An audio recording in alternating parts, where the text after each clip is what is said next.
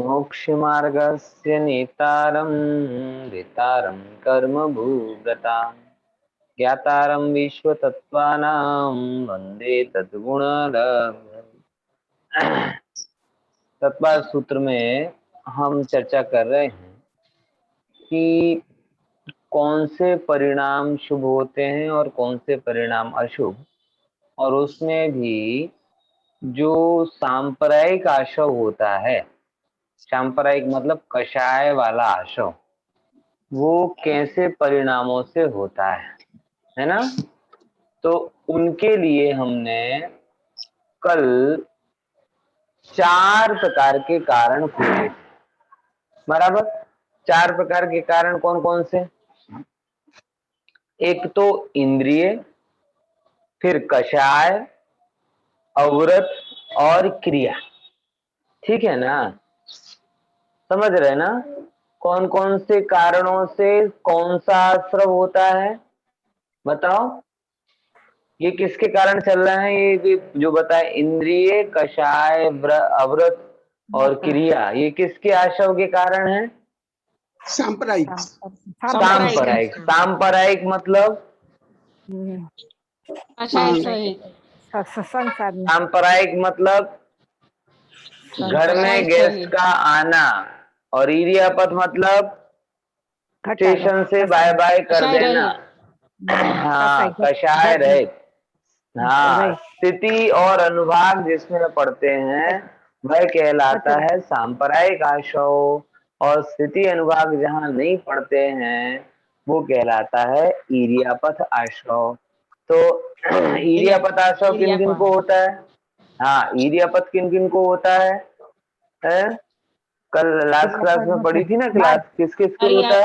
12 गुणस्थान 11वां वाड़ा ने શું ગુનો કર્યો? 11 12 13। હા, 14વાं ને શું કર્યો? અયોગી, યોગ નું કંપન બને, અયોગી છે। हाँ, तो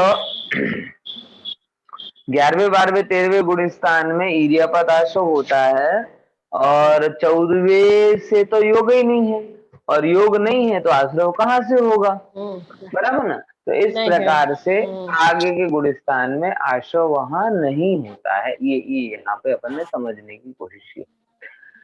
फिर थोड़ा और अपन आगे बढ़े, और 25 क्रियाओं में चर्चा में ये बातें ली कि 25 क्रियाओं में 31 जो भेद, 39 जो भेद हो रहे हैं वो क्या क्या है। तो देखो, अधिकतर चीजें आपको पता है।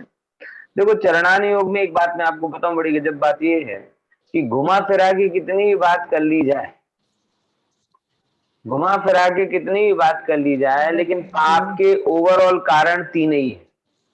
कषाय, मिथ्यात्व, कषाय हुआ, फिर विषय हुए और आरंभ हुआ। कौन कौन से कारण है? 3 चीजें समझ लो आप। कषाय यानी क्रोधमान माया लोभ, बराबर। विषय तो 5 इंद्रिय के जो विषय हैं वो, और फिर एक होता है उन विषय और कषायों का जो चिंतन होता है वो आरंभ, और उनके निमित्त से होने वाले पाप। हाँ प्रज्ञाबेन, माइक बंद કરીને दूध बंद करावવું જોઈએ।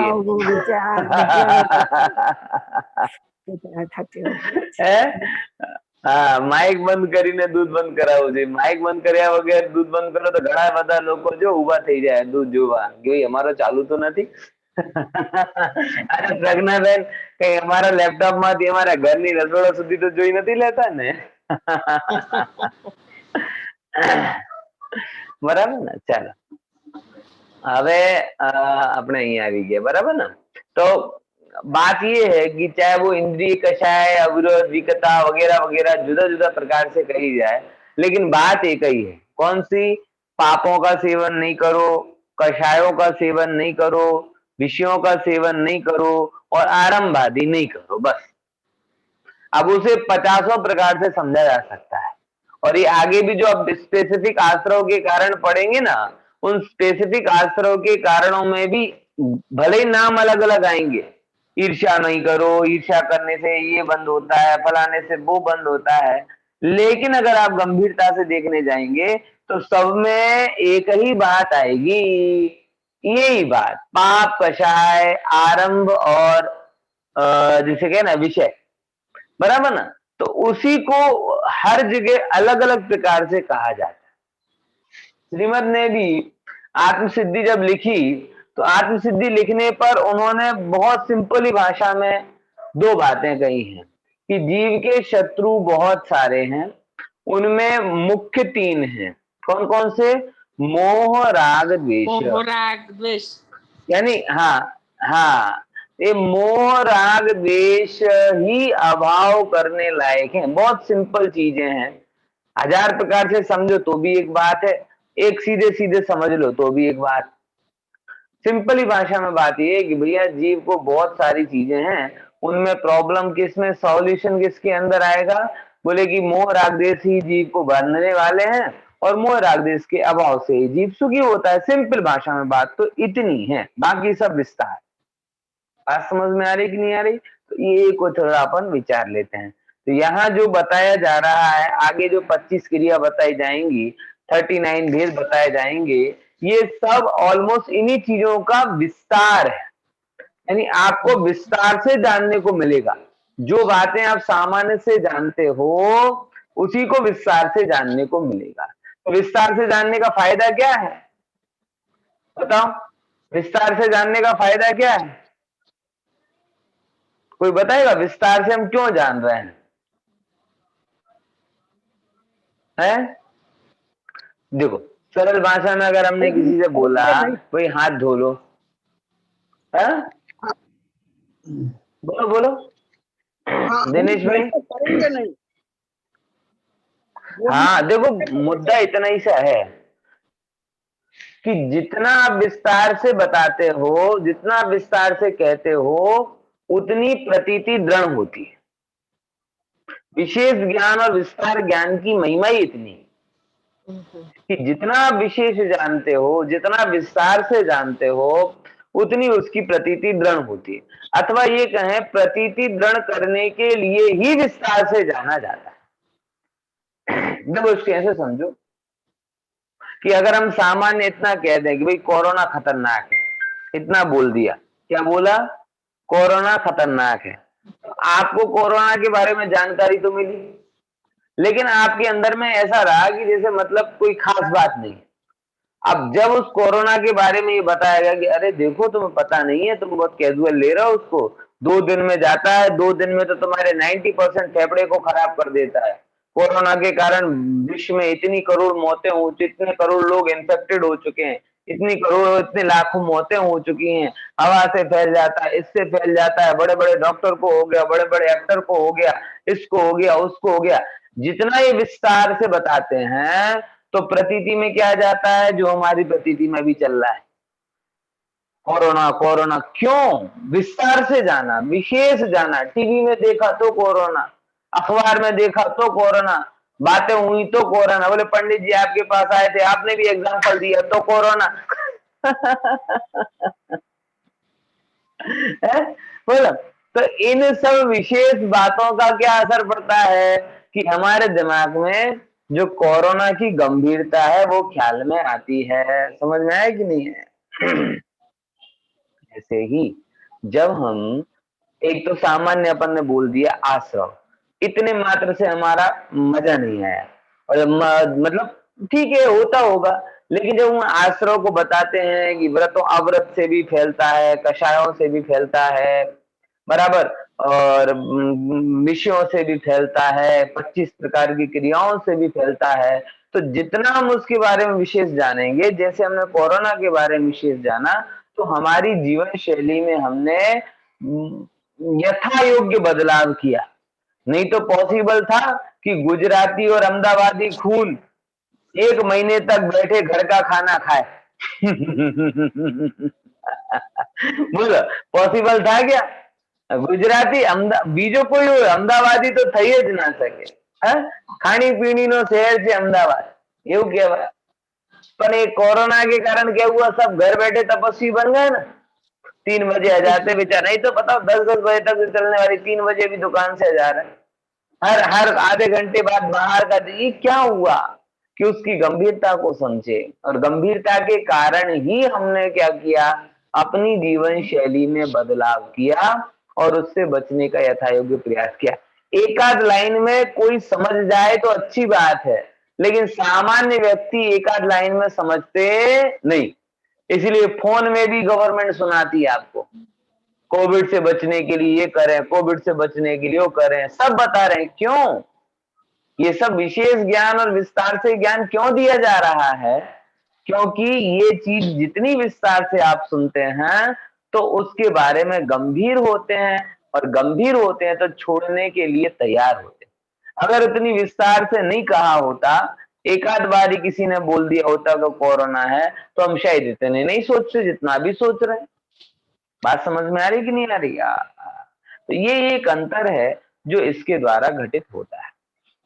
इसीलिए पूरे छठे अध्याय में हम आश्रमों का विशेष अलग अलग प्रकार के आश्रम परिणाम को समझेंगे, अलग अलग प्रकार के कषाय परिणाम को समझेंगे। और ये समझने के पीछे मात्र और मात्र उद्देश्य हमारा क्या होगा कि ये सबके पीछे उद्देश्य एक ही है कि हम आश्रय से बचकर निराश्रवी अनाश्रवी पद को प्राप्त हो। ठीक है ना? देख, चलिए अब ये यहाँ पे अपन पहले नंबर पे आते हैं। 5 प्रकार की इंद्रिय विषय, 4 प्रकार की कषाय, इन सबको आपको पता है। 5 प्रकार के अवृत, बराबर। अब अवृत के बारे में इन्होंने परिभाषा लिखी है, दुख का कारण बुरा कार्य यानी पाप। अब बात तो अवृत की चल रही, तो पाप क्यों लिखा बताओ? अवृत की बात में पाप कहां से आया? परिभाषा लिखना भूल गए क्या? है नहीं? अरे भैया, व्रत में क्या किया जाता है? बोले व्रत में पापों से विरक्त हुआ जाता है। तो अव्रत मतलब क्या होगा? पापों में प्रवर्तन। सिंपल है ना? समझे ना? व्रत मतलब क्या होता है? विरत। विरत मतलब अपन कहते हैं विरत होना। विरत होना मतलब विरक्त होना। हम भी तो विरक्त है ना अभी, है नहीं है क्या? देखो, जिन मंदिर से विरत है, कितने दिन से मंदिर नहीं है बताओ? है बोलो, कितने दिन से मंदिर से विरत है कि नहीं है? मंदिर ही नहीं जा पा रहे, जिन मंदिर नहीं जा पा रहे। विरत होना मतलब विरक्त होना। फिर प्रश्न होता है किससे विरक्त होना? तो वहां उत्तर आता है पापों से विरक्त होना। किससे विरक्त होना? पापों से विरक्त होना। तो जो पापों से एक देश विरक्त होता है वो देशव्रती, और जो पापों से सर्वथा विरक्त होते हैं वो महाव्रती, सकल व्रती, और जो पापों में ही प्रवर्तन कर रहे हैं वो कहलाते हैं अविरति। इसीलिए विरत में कौन आया? पाप, बराबर ना? इसलिए यहाँ जो परिभाषा में अविरत के सामने पाप लिखा है, ये बिल्कुल वैलिड है, ये कोई भूल नहीं है। और वो भूल के परिभाषा बड़ी गजब है। ये परिभाषा का मैं भाव भाषण चाहता हूं आपसे। 5 पापों की परिभाषा में, पाप की परिभाषा में ये लिख रहे हैं ज्ञानी कि दुख का कारण और बुरा कार्य। मैं ये कहता हूं और जानना चाहता हूं आप लोगों से, हम में से कितने हैं ऐसे, कितने हृदय से इस बात को समझते हैं कि दुख के कारण को इकट्ठा करें, मतलब पाप मतलब दुख का कारण है ना? तो कितनों को है अगर आज 1 करोड़ रुपए का टिकट मिल जाए, लॉटरी का टिकट, तो उन्हें वो दुख का कारण लगेगा कि सुख का कारण लगेगा? विचार करके देखो। अरे दुख के कारण की बात मिल जाए वो तो दूर की बात रहे, वो कोई झूठा झूठा फोन करके भी अगर ये बोल दे ना कि हम केबीसी में से बात कर रहे हैं, आपको एक उसके 1 करोड़ के उसके एग्जाम के लिए सिलेक्ट किया है, तो सिलेक्ट करने के नाम पर ही इतना खुशी हो जाएगा कि ना जाने क्या हो गया। समझ में आया? तो मैं ये जानना चाहता हूं कि अगर आपके लिए कोई ऐसा कहे कि करोड़ रुपए मिल रहे हैं, तो आपको दुख के कारण लगते कि सुख के कारण लगते? और अगर सुख के कारण लग रहे हैं तो पाप की परिभाषा कहां घटित हुई उनमें? तो क्या उनमें पाप नहीं है क्या? बोले पाप तो है लेकिन हमें लगता नहीं है। लगता नहीं है मतलब हमारा श्रद्धान गड़बड़ है। कोई आपको ये मिले कि भाई आपको 5 डे 4 नाइट का थाईलैंड का पैकेज है, आपको यहाँ पे क्या कहते हैं अलग अलग जगह शिमला का पैकेज है, दुबई का पैकेज है? हितन भाई तो मुझे दुबई ऐसे ही ले जाएंगे बिना पैकेज के। क्या है कि अगर ये ऐसे सारे पैकेज मिले तो आपको दुख के कारण लगते कि सुख के कारण? अरे वाह, मजा आ गई है। बोले विचार, मैं जब पहली बार नैरोबी गया तो क्या कहते हैं, पड़ोस वाली जो वैष्णव आंटी थी तो वो मेरा वो चांदला कवर करने, मैंने क्यों कवर करने, क्यों? मैंने कवर तो हमारे गांव में तब किया जाता है शिखर जी की यात्रा करने जाओ या आपके यहाँ 4 धाम की यात्रा करने जाओ, ऐसा कोई यात्रा वात्रा करने जाओ तो कवर ववर किया जाता है। बोले नहीं नहीं, हमारे यहाँ तो कोई विदेश जाए तो भी कवर किया। मैंने धन्य है, वो विदेश यात्रा मतलब क्या हो गई, शिखर जी की यात्रा जैसी हो गई है। जैसे हम शिखर जी जा रहे हैं ऐसे नैरोबी जी जा रहे हो। बोलो ख्याल में आया कि नहीं है? तो क्या वो जो, अब मैं तो अच्छे काम के लिए जा रहा था, इनके अगर कोई घूमने फिरने जाए तो उसमें सर्वत्र पापी की प्रवृत्ति होती है। सच बताओ ईमानदारी के साथ में कि हिंसा भी हो रही है, झूठ भी बोला जा रहा है, खुशी आदि की भी सब बातें हो रही हैं, कितने विकल्प कितने विचार आ रहे हैं, और वो सब होने पर भी हमें उनमें मुद्दा वो नहीं है, वो तो अपनी जगह है, लेकिन उनमें हमें दुखानुभूति नहीं हो रही, हमें सुखानुभूति हो रही। बोले ये श्रद्धांति का बात समझ में आ रही? यानी तुम्हें दुख के कारण, चौथा नंबर का पाप, 5वें नंबर का पाप, ये दुख के कारण दुखमय नहीं लग रहा। चोरी करके भी जीव खुश हो जाता है, टिकट चल रहा हो सब जगह, और अगर WT आ जाए तो ऐसा करता है जैसे मैंने बहुत बड़ा काम कर लिया। अरे पहले पुलिस वालों रोक्यो तो પણ આપણે તો ચકમાં દઈને એને સાથે શું કરીને 500 નો કહેતો તો 500 ની બજાય 100 રૂપિયામાં વાત પક્કી કરીને આવી ગઈ। બોલો ચોરી की ना, लेकिन उसमें दुखानुभूति होती कि सुखानुभूति? चोरी पकड़ी जाए इसमें दुखानुभूति सबको होती है, लेकिन ना पकड़े तो गर्वानुभूति होती। सच बता रहा हूं, मैंने ऐसे लोग देखे हैं कि कोई ऐसे करे ना, तौल में कम ज्यादा कर दें, टिकट से बच जाए, बच्चों को क्या कहते बिना टिकट अंदर घुसा दे सिनेमा हॉल के, ऐसा कोई उठपटांग काम करे ना जहां पे शुल्क देना हो और शुल्क दिए बिना आप निकल दे, एक्चुअल में चोरी की, और वो गर्वानुभूति करता है। और मेरे जैसा आदमी अगर टिकट ले तो मुझे अज्ञानी और मूर्ख और न जाने क्या क्या समझा जाता है। विचार लो, मतलब गर्वानुभूति हो रही उसे कि अगर मैंने आउट ऑफ ट्रैक जाकर 10-50 रुपए बचा लिए तो मैं होशियार, और मैं लाइन में रहकर 10-50 रुपए दे दिए तो मैं बेवकूफ। ये चीज बता रहा है कि हमें वो पाप दुख का कारण नहीं लगता। ऐसे 50 एग्जाम्पल मैं दे सकता हूं। और बनस्पत धर्म के आयतन, धर्म के साधन शिखर जी की यात्रा करे तो शिखर जी की यात्रा का बहुमान कम बोलेगा, भाई થાકી થાકીને ચાલીને ગાંડો થઈ જવાય, 14 કલાક ચાલવાનું, એટલે शिखरजी નો बहुमान तो नहीं आता, सिद्ध क्षेत्र का बहुमान तो नहीं आता, लेकिन उस श्रम के कारण दुखानुभूति होती। पर्यूषण में आटलू धर्म धर्म धर्म थई जाए या मगज फरी जाए, सवारे उठो ने मंदिर में जाओ ने पछी શું કહો प्रतिक्रमण में जाओ ने पछी स्वाध्याय में जाओ, થાકી गई, पछी आ नहीं खावानू ते नहीं खावानू, यानी पर्यूषण को मनाने में दुखानुभूति हो रही है। बोलो विचार, पाप के सेवन में सुखानुभूति हो रही और धर्मायतन की सेवन में दुखानुभूति हो रही। ये क्या बता रहा है? इससे वस्तु व्यवस्था तो बदलती नहीं है, ये केवल ये बता रहा है कि हमारा आपका सबका श्रद्धान अभी बहुत बहुत बहुत कच्चा है, हमारा श्रद्धान बहुत कच्चा है, इसीलिए पाप पापमय नहीं लग रहे, धर्म धर्ममय नहीं लग रहा, सुख सुखमय नहीं लग रहा, दुख दुखमय नहीं लग रहा है। बराबर ना? तो इस लाइन को जरा गंभीरता के साथ में बोलना, दुख में दुख ही लगना चाहिए और सुख में सुख ही लगना चाहिए। देखो आप क्या कहते हैं, 25 क्रिया, ये 25 क्रिया को थोड़ा समझ लो कि इनके समझने की बात नहीं, ये सब अपने आप आएंगे, बहुत सारी इनकी चीजें आएंगी 25 की 25 क्रियाओं में। तो वो भिन्न भिन्न भावों सहित प्रवृत्ति, क्या कह रहे हैं कि अलग अलग भावों के साथ में जो जीव की प्रवृत्ति होती है उसे 25 क्रिया के माध्यम से बताओ, उसकी एक एक करके अपन चर्चा करेंगे। देख, अब इंद्रियां, इंद्रियां कौन कौन सी हैं? स्पर्शन, रसना, घ्राण, चक्षु, कर्णी, 5 इंद्रियां हैं। कषाय 4 है, क्रोध, मन, माया, लोभ। अवृत यानी पाप 5 है, हिंसा, झूठ, चोरी, कुसील, परिग्रह और क्रिया। अब आती है 25 क्रिया।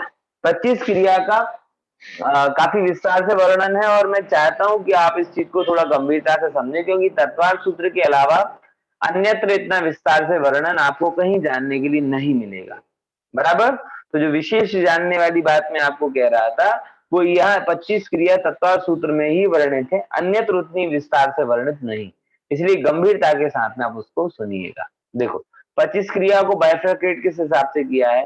5 विभिन्न क्रिया, 5 हिंसा भाव की मुख्यता रूप क्रिया, 5 इंद्रिय के भोग को बढ़ाने संबंधी क्रिया, 5 धर्माचरण में दोष करने वाली क्रिया और 5 धर्म धारण करने से विमुख करने वाली क्रिया।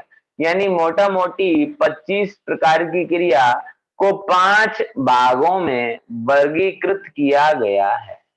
बराबर ना? देखो, एक एक अपन चीज को लेते हैं। पहले नंबर की कौन सी है? विभिन्न क्रिया। विभिन्न क्रिया, तो देखना, विभिन्न क्रिया में यहाँ पे लिया है, नाम भी दिए हैं। चलो इस स्लाइड की वजह सीधी अपन इसमें ही आते हैं। सम्यक्त क्रिया क्या कहलाती? चैत्य, गुरु, शास्त्र की पूजा आदि सम्यक्त को बढ़ाने वाली क्रिया सम्यक्त क्रिया कहलाती है। देखो, जिन परिणामों से सम्यक दर्शन या श्रद्धा गुण में निर्मलता आती है। बराबर। कोई ऐसा कहे कि साहब श्रद्धा तो एक क्षण में पूरी हो जाती है, ये बढ़ाने और घटने का काम ये तो चारित्र में होता है। बोले खबर है, श्रद्धा एक क्षण में मिथ्यात्व से सम्यक होती है, लेकिन मिथ्यात्व का जो गाढ़पन है वो गाढ़पन एक क्षण में नहीं होता, वो धीमे धीमे धीमे धीमे शिथिल होता है। ये बिल्कुल वैसा ही है कि जैसे दूध में उबाल कितने टाइम पर आती है? बोलो दीपिका बेन, है? दूध में उबाल कितने समय में आती है? बोले एक समय में आती है, और अधिकतर उसी समय में आती है जिस समय आपका ध्यान हटता है। है? क्या लगा है कि नहीं है कि एक सेकंड आप किचन में खड़े हुए दूध के उस पर और पानी भरने के लिए झुके, इतने में दूध उबल जाता है। तो दूध तो एक ही सेकंड में उबलता है ना, 2-5 सेकंड नहीं लगते ना। बराबर है ना? है प्रज्ञा बेन, शू केवुं छे? कितनी देर में उबलता है दूध? है संध्या भाभी? समझना, यानी उबलने का समय तो एक ही, लेकिन वो एक सेकंड में जो उबलना होता है उसके पहले कितने टाइम तक वो दूध 1 degree, 2 degree, 10 degree, 20 degree, 40 degree, 50 degree, 60 degree, वो डिग्री वाइज डिग्री, प्रत्येक समय वो डिग्री डिग्री डिग्री में बढ़ता जाता है, और बढ़ते बढ़ते वो उस समय पहुंचता है कि अब 1 सेकंड में उबल जाता है। पॉइंट समझ में आया कि नहीं है? सेम बात मैं यहाँ पर कहना चाहता हूं। बहुत सारे लोग इस सम्यक्त को बड़ा कैजुअली ले रहे हैं। जब ऐसी बातें सुनते ना कि सम्यक्त तो एक क्षण में होता है ना, एक क्षण में सब दुनिया बदल जाती है, तो उनको लगता है एक एक क्षण में होना, तो जिस क्षण आएगा उस क्षण काम कर लेंगे, अभी से क्या सोचना। अभी तो पापों के बारे में सोचो, सम्यक्त के बारे में क्या सोचना है? गाड़ी बंगले के बारे में जब सम्यक दर्शन होगा तब कर लेंगे, जब मुनि होगा तब 28 गुण पर। अरे भाई, कोई मुनि के आकाश में उतर आएंगे क्या? ये कोई मुनि थर्ड पर्सन थोड़ी, तू ही मुनि बनेगा, तू ही व्रती बनेगा, तू ही संगीति बनेगा। तो ऐसी बातें सुनकर कि 1 सेकंड में हो जाता है, 1 सेकंड में हो जाता है, ऐसी बातें सुनकर कई लोगों ने सम्यक्त की प्राप्ति का और मिथ्यात्व के अभाव का उपाय करना बंद कर दिया और बोला जिस क्षण सम्यक दर्शन का आएगा उस क्षण फोड़ी लईश, एक क्षण फोड़ी लईश। અત્યારથી શું વિચાર કરવાનો? અત્યારથી તો સમ્યક દર્શન માત્ર સંસારનો વિચાર કરો। રોજ સવારે ઉઠીને ગધેડાની જેમ દુકાને જાઓ, પાછો આવો, બીવી બચ્ચાની જેમ રાખો, સાચવો, ઘર ગસ્તીના કામ કરો, પછી સમય જ્યારે સમ્યક દર્શન નો આવશે ત્યારે કરી લે। हाँ बराबर से हो जाएगा सम्यक दर्शन। नहीं भाई साहब, उनके लिए शास्त्रों में 2 क्रियाएं बोली हैं। देखो, भव्य जीव हमेशा सम्यक दर्शन जब होगा तब होगा, लेकिन सम्यक दर्शन की प्राप्ति की सम्यक क्रिया निरंतर करता रहता है। और मिथ्या दर्शन जब जाएगा तब जाएगा, बराबर, तो मिथ्या दर्शन के अभाव का प्रयास करता रहता है। और मिथ्या दृष्टि जीव कुदेवादी के माध्यम से मिथ्यात्व क्रिया करता है, जिससे उसका मिथ्यात्व और बढ़ता जाता है। बराबर समझ में आया? ख्याल में आया कि नहीं है? इसीलिए सम्यक क्रिया, अब देखो, सम्यक क्रिया को सम्यक दर्शन मत समझ लेना, क्योंकि सम्यक दर्शन तो संवर है और ये आश्रव के टॉपिक में बात चल रही।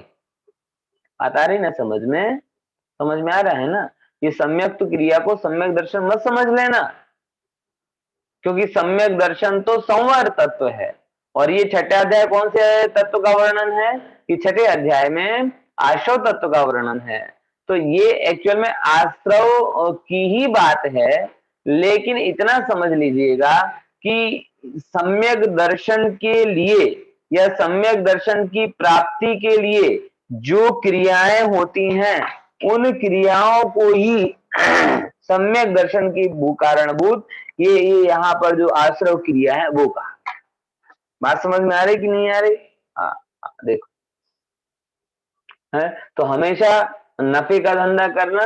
मैं तो उस व्यापारी को याद करता हूं कि जो व्यापारी ये बात जानते हुए भी कि इन्फ्लेशन है, आउट ऑफ सीजन है, अभी माल नहीं बिक रहा है, कोरोना के कारण दुकानें बंद हैं, लोग घरों से निकल नहीं रहे हैं, बराबर, और कहीं आना जाना नहीं है, इसलिए कपड़े भी नहीं ले रहे, कुछ भी नहीं है, जरूरत टर्नओवर हो नहीं रहा है, लेकिन उसके बावजूद भी आजीविका की क्रिया करना बंद नहीं करता।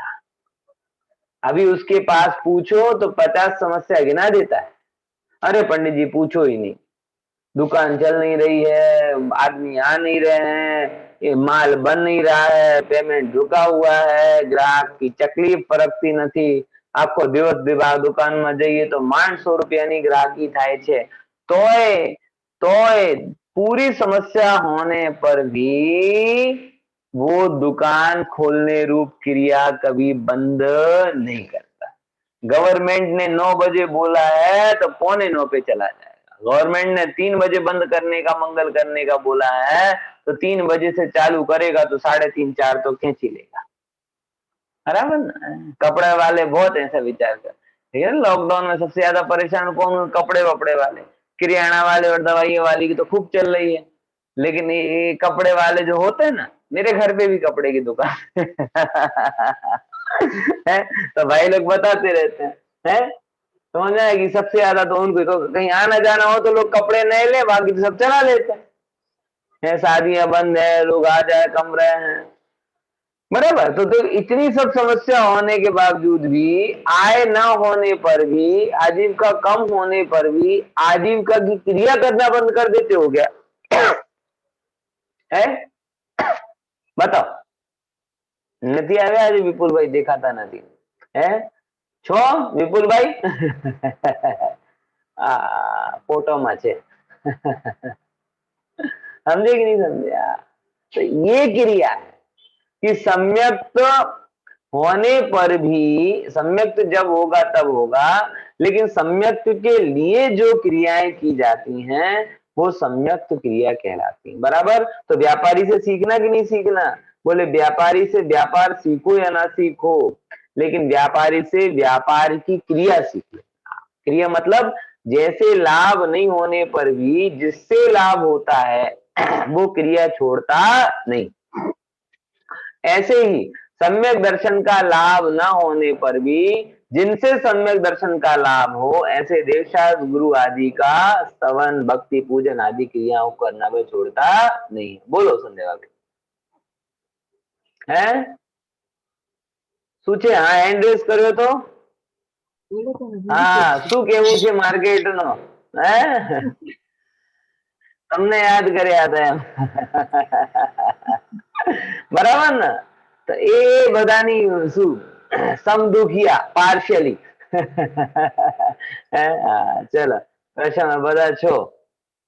હા, તમારો પ્રશ્ન છે પ્રશમ? અચ્છા, એ પણ કપડા વાળા છે એટલા માટે કહે છે. पंडित साहब ये जो બરાબર ને? કિરી હા હા, ये जो 39 बोलो बोलो। वेद लिए तो इसमें शुभाश्रव और अशुभाश्रव दोनों ही मतलब समाहित हैं। हाँ, दोनों दोनों आश्रव आश्रव कॉमन आश्रव की बात है, यहाँ शुभ इसलिए अशुभ के ये जो भेद नहीं जाएगा किए। ये शुभाश्रव में जाएगा। हाँ, इसमें शुभाश्रम में जाएगा और मिथ्यात्व की क्रिया वो अशुभाश्रम में जाएगी। एक्चुअल क्योंकि में बाकी सब ये ज्यादातर शुभाश्रम और अशुभ, हाँ ज्यादातर सही सब बात है, वो अशुभाश्रव के जिसकी वेद जैसी है ना, प्रकृति। कषाय और पाक वाले। हाँ ये सब है, लेकिन यहाँ तो आश्रव की बात चल रही है। और जब अपन आश्रव की बात करते हैं तो कचरे की बात की तो कचरे ही है फिर वो। अब उस कचरे में भंगार में बिकने वाला कचरा कौन सा है, और बिल्कुल वो सिलेक्शन नहीं किया जाता। बराबर समझना है? तो यहाँ पे तो बहुत सिंपल सी बात है कि जिन जिन भावों से आश्रव होता है, वो चाहे सम्यक तो हो चाहे मिथ्या तो हो, शुभ हो अशुभ हो, सबको आश्रव के अंतर्गत लिया है। फंक्शनिंग समझ रहे एक्चुअल में हम, है ना, उसका क्लासिफिकेशन नहीं कर रहे। तो सम्यक क्रिया हुई, फिर क्या हुई मिथ्यात्व क्रिया। मिथ्यात्व क्रिया क्या कहलाती है? कुदेव आदि के सवन आदि रूप मिथ्यात्व को बढ़ाने वाली क्रिया। अब देखो गजब है कि जिन कामों से आप स्तवन आदि रूप करते हैं वो मिथ्यात्व क्रिया है।